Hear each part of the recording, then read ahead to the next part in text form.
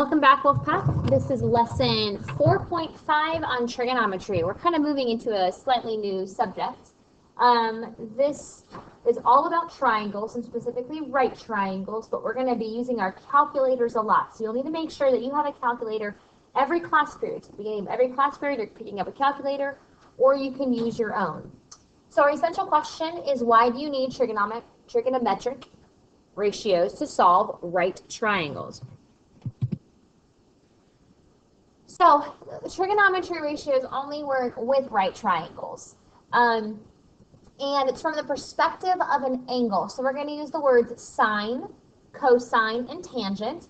And they're abbreviated SIN for sine, COS for cosine, and TAN for tangent. And so from the perspective of angle A, so these are all, if you notice, it says sine A, cosine A, tangent A. So from the perspective of angle A, you have to label your three sides. The side that is touching angle A, it's adjacent to angle A, that's your adjacent side. The side that is opposite angle A is your opposite side, and the side that is across from the right angle is always the hypotenuse. So the leg adjacent to angle A is your adjacent side. The leg opposite your angle A is your opposite side. And the hypotenuse is always across from the right angle. And this is all from the perspective of angle A. So let's do some examples. We're going to do A, B, and C first, and then we'll do D, E, and F. So we're going to find the following ratios. From the perspective of angle A, so from the perspective of this angle, we need to label our sides. Well, 24 is the adjacent side because it's touching angle A. Well, you might say, well, Mrs. Locke, BA is also touching angle A. And you're correct, it is touching angle A, but it's not the adjacent side because it's across from the right angle. It's the hypotenuse. And the side that's across from angle A is the opposite side. Okay? So the sine of angle A, if you look back at your notes, it says the sine of angle A would be the length of the leg that's opposite over the length of the hypotenuse. Well, the opposite leg is 10, the hypotenuse is 26. So 10 over 26, and you could reduce that to 5 over 13. Okay, so that's our ratio, 5 over 13. The cosine of angle B, if you look back up at your notes, says it's the length of the, and I'm going to switch back, it's the length of the adjacent side over the length of the hypotenuse. So A over H. So the cosine of A, the adjacent side, is 24. The hypotenuse is still 26, and that could reduce to 12 over 13. The tangent, if again, look back up at your notes, is the leg that's opposite over the leg that's adjacent or touching. So O over A. Your tangent side, your opposite side is 10. Your adjacent side is 24, which reduces to 5 over 12. Okay? Those are your three ratios. So all we did was find the three ratios. We're going to do the same thing, but this time we're going to do it from the perspective of angle B. From the perspective of angle B. So I'm actually going to pull this down so we have a little bit of room. So from the perspective of angle B, this is my angle that I'm working with right here. Sorry about that. It's weird. From this perspective. 26 is still the hypotenuse because it's still across to the right angle. But now from the perspective of angle B, 24 is the opposite side, and 10 is the adjacent side. BC is the adjacent side. So remember the sine of angle B is O over H, opposite over hypotenuse when we're dealing with sine, O over H. So we need 10 over 26, which reduces, no, not 10 over 26, what am I doing? O over H is 24 over 26, my apologies. 24 over 26, which reduces to 12 over 13. The cosine of B is adjacent over hypotenuse, because cosine is adjacent A over hypotenuse H. So adjacent, which is 10, over hypotenuse, which is 26, so 5 over 13. And the tangent is O over A, opposite 24, over A, which is 10, so 12 over 5. Those are the ratios of the angles, right? We would use that to help us find angle measures.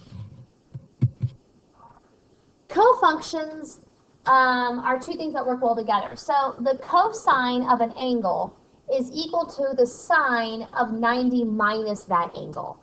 And the sine of an angle is equal to the cosine of 90 minus that angle. This symbol right here will stand for an angle measure.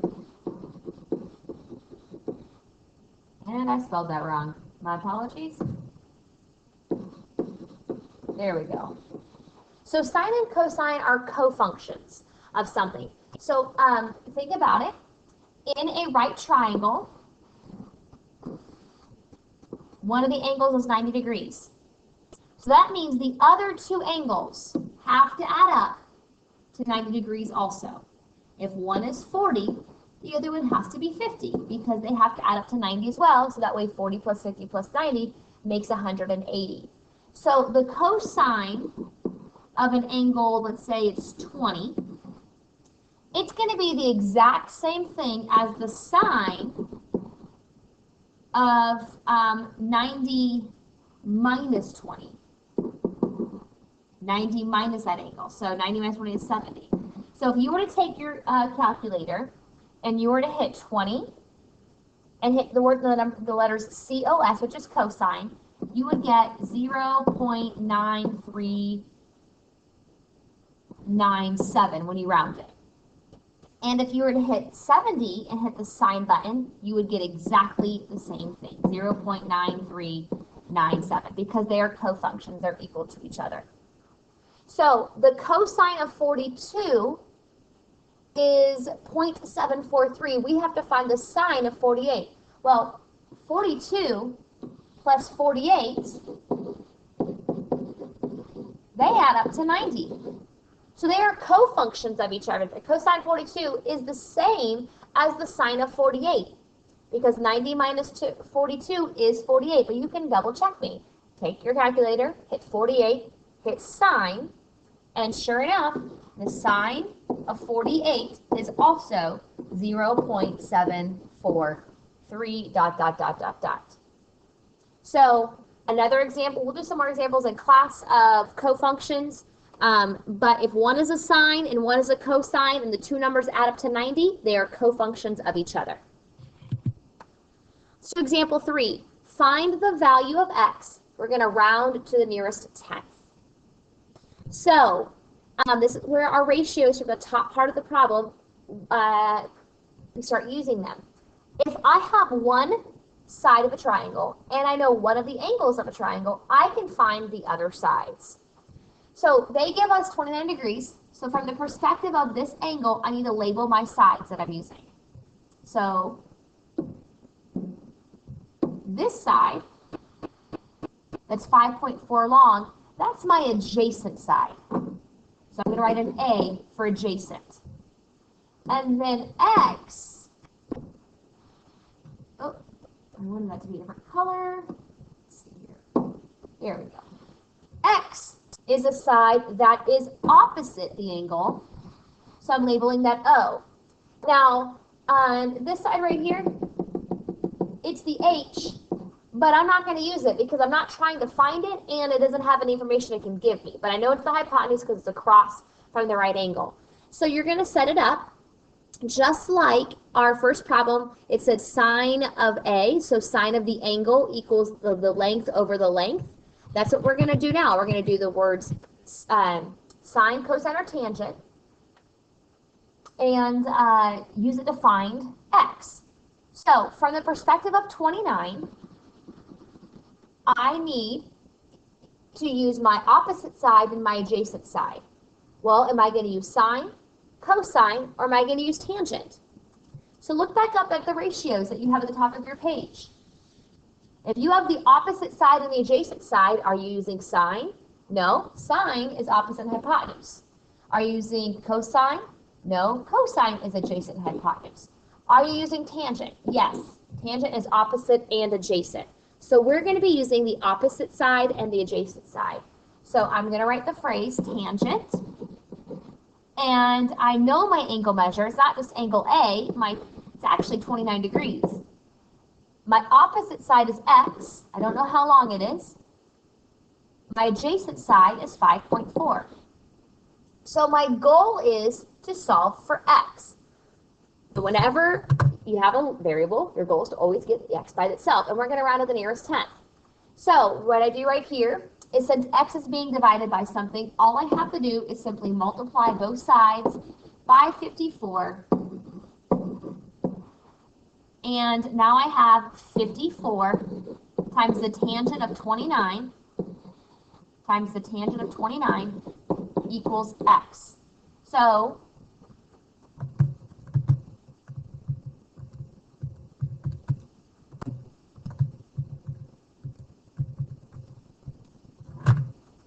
we're going to plug this into your calculator. You're going to go 54 times, and you don't do tan 29, you have to do 29 tangent. And when you do that, it's going to say 0.55430951. Then you press the equals button to find out what it actually equals, and you should have your answer. Just let me double check that again. 54 times 9 tangent. Yes. Oh, it's not 54. Sorry about that. It's 5.4. I wrote that down. I was like, why are my numbers coming up wrong? 5.4. My apologies. Times 5.4. Wrote it down correctly one place, just not when I was multiplying. So again, you're going to plug it in your calculator. 5.4 times 29. Hit the tangent button. It will say 0.5543. Then press equals. And this says round to the nearest tenth. Well, 2.99. X equals 2.99. Rounding to the nearest tenth means this becomes a 0 and this becomes a 3. So x equals 3. So the length of side x is 3. Okay? So you have to set up a ratio, but then your calculator does all the hard work for you. It's a lot of fun. If you look on your back, you can see that I wrote SOH-CAH-TOA on the top. SOH-CAH-TOA is a really easy way to remember, well, when do I use sine? When do I use cosine? When do I use tangent? Remember the phrase SOH-CAH-TOA. SOH-CAH-TOA. So, S uses opposite and adjacent, hypotenuse. C, cosine, uses adjacent and hypotenuse. And T, tangent, uses opposite and adjacent. SOH-CAH-TOA.